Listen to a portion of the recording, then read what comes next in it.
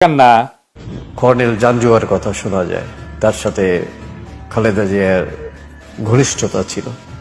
Major Zia আসলেন, খালেদ মোশাররফ ছিলেন, আমাকে মেজর জিয়া ডাক দিলেন এক কর্নারে। গেলাম, বললাম যে কি ব্যাপার বলুন। বললো যে দেখো, আমাদের সেনাবাহিনীর যারা আছে সবাই ফ্যামিলি নিয়ে চলে আসছে, আমার ফ্যামিলি এখনো আনতে পারেনি। আমি বললাম আমার কি করণীয় বলেন। তোমাকে ঢাকায় যেতে হবে আমার ফ্যামিলি নিয়ে আসবার জন্য। আমি যেহেতু উনি একজন মুক্তিযোদ্ধা ছিলেন, ওনাকে স্বাভাবিকভাবে আমি সাহায্য করব। আমি বললাম ঠিক আছে, আমি যাব।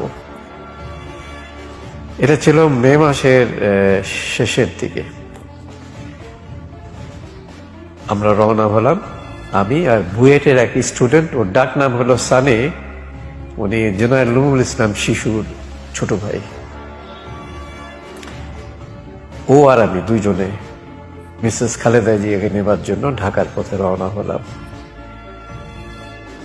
2-3 দিন 4 দিন হাঁটার পর আমরা ঢাকায় এসে পৌঁছলাম। তারপরে মেজর জিয়া যেসব ঠিকানা দিয়েছিলেন সব ঠিকানায় খুঁজছি, পাচ্ছি না, খালেদা জিয়াকে পাচ্ছি না। লাস্ট ঠিকানাটা ছিল গুলশান 1 নম্বরের একটা বাড়িতে। সেখানে গেলাম,